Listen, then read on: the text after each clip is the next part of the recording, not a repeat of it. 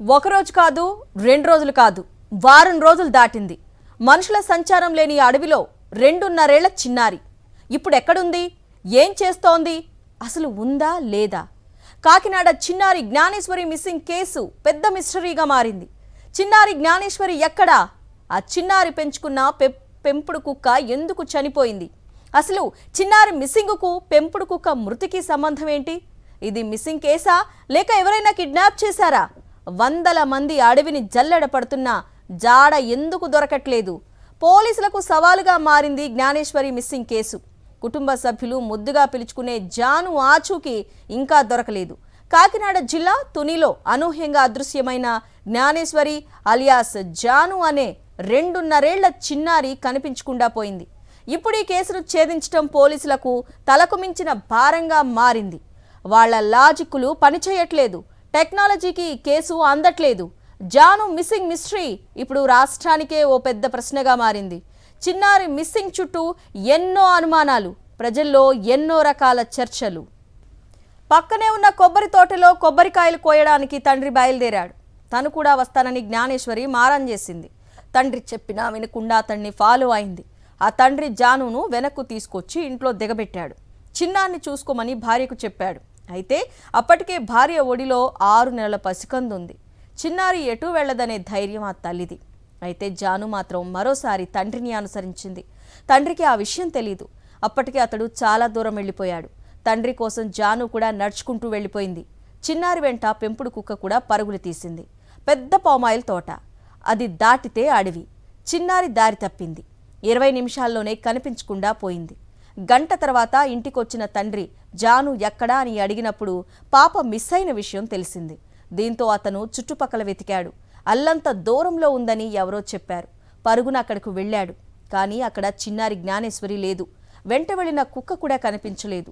వెతికి వెతికి పోలీసులకు ఫిర్యాదు చేశారు. 11:50 దాకా నా దగ్గర ఉండిపోయింది సార్ పాప.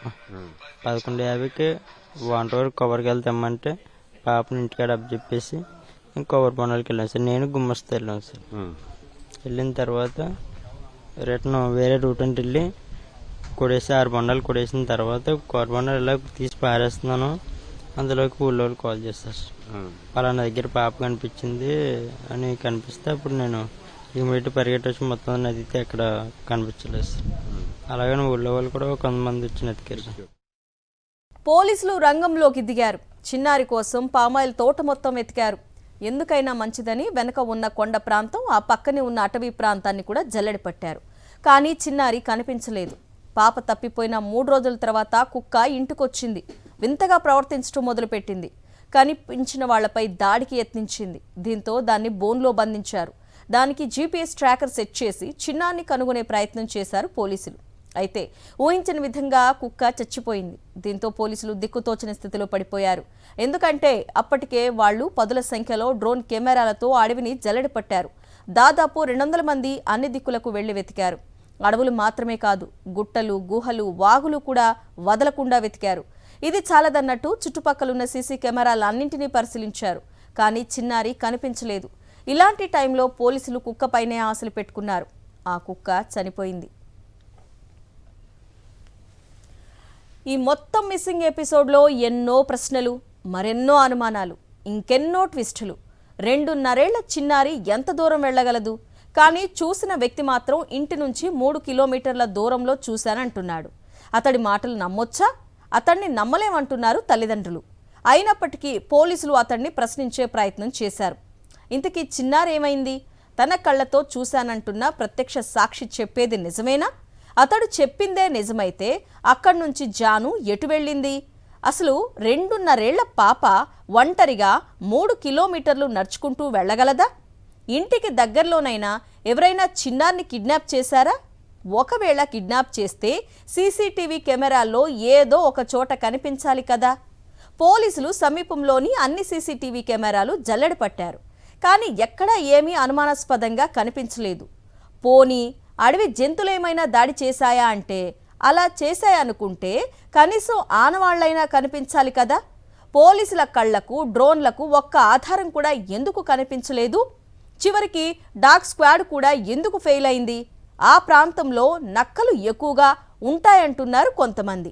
మరి కొంతమంది స్థానికులు అడవిలో కొండ చిలువలు తిరుగుతాయని చెప్తున్నారు. మరి అడవి జంతువులేమైనా పాపను లాక్కెళ్లాయా? అదే నిజమనుకుంటే ఏవైనా ఆధారాలు ఆనవాళ్లు కానీ దొరకాలి కదా. కొండ చిలువలు వంటివి మింగితే బట్టలను బయటికి ఊసేస్తాయని అటవీ శాఖ అధికారులు చెప్తున్నారు. ఎన్డీఆర్ఎఫ్ బృందాలు రంగంలోకి దిగాయి. శ్రీశైలం నుంచి ప్రత్యేక బృందాన్ని రప్పించారు.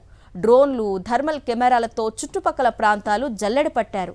అయినా చిన్నారి ఆచూకీ దొరక్కపోవటం మిస్టరీగా మారింది.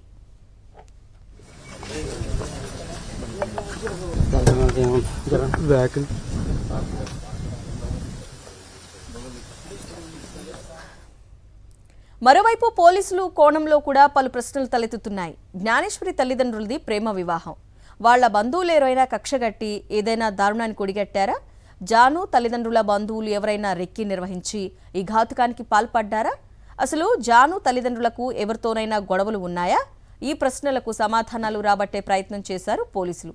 కానీ పనికొచ్చే సమాచారం ఏం దొరకలేదు. ఓ కారు విషయంలో జాను తండ్రికి కొన్ని రోజుల కిందట కొంతమంది స్థానికులతో గొడవ జరిగిందంటున్నారు. వాళ్ల ప్రమేయం ఏమైనా ఉందా? ఈ మొత్తం మిస్సింగ్ ఎపిసోడ్లో జాను తండ్రి చెప్పేది ఎంతవరకు నిజం? ఇవన్నీ కాసేపు పక్కన పెడితే చుట్టుపక్కల ప్రాంతంలో కొంతమంది చేతబడి చేసే వ్యక్తులున్నారని చెప్తున్నారు స్థానికులు.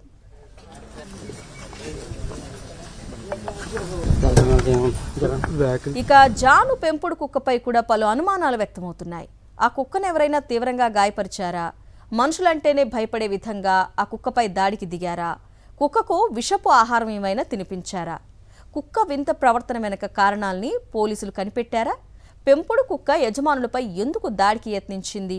చిన్నారి మిస్ అయిన 3 రోజుల తర్వాత కుక్క ఎలా ఇంటికొచ్చింది? ఆ 3 రోజులు అది ఎక్కడికి పోయింది? ఇంటికొచ్చి యజమానిపై దాడి చేసిన తర్వాత ఆ పెంపుడు కుక్క మళ్లీ ఎక్కడికి వెళ్ళింది? జీపీఎస్ ట్రాకర్ బిగించిన మరుసటి రోజే కుక్క ఎలా చనిపోయింది? ఈ ప్రశ్నలకు పోలీసులు కూడా సమాధానాలు చెప్పలేకపోతున్నారు. మన అది వచ్చిన కాంచి డిఫరెంట్గా ఉంది సార్. కుక్క వచ్చిన వెంటనే కరిచేయడం, పట్టుకుంటే కాంచి అన్న పట్టుకుంటుంటే పడేస్తుంది. కుక్క కూడా మా దగ్గర ఉన్నట్టు లేదు, వేరేగా మారిపోయింది. తిండి పెట్టినా తినట్లేదు, అసలు వాటర్ తాగేస్తుంది.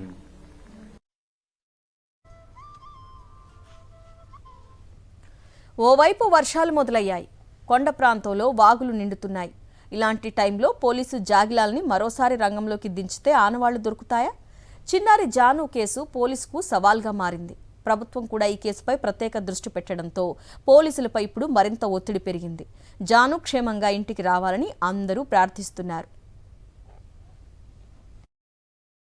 మరిన్ని అప్డేట్స్ కోసం ఛానల్ను సబ్స్క్రైబ్ చేయండి. నోటిఫికేషన్స్ కోసం బెల్ ఐకాన్ పై క్లిక్ చేయండి.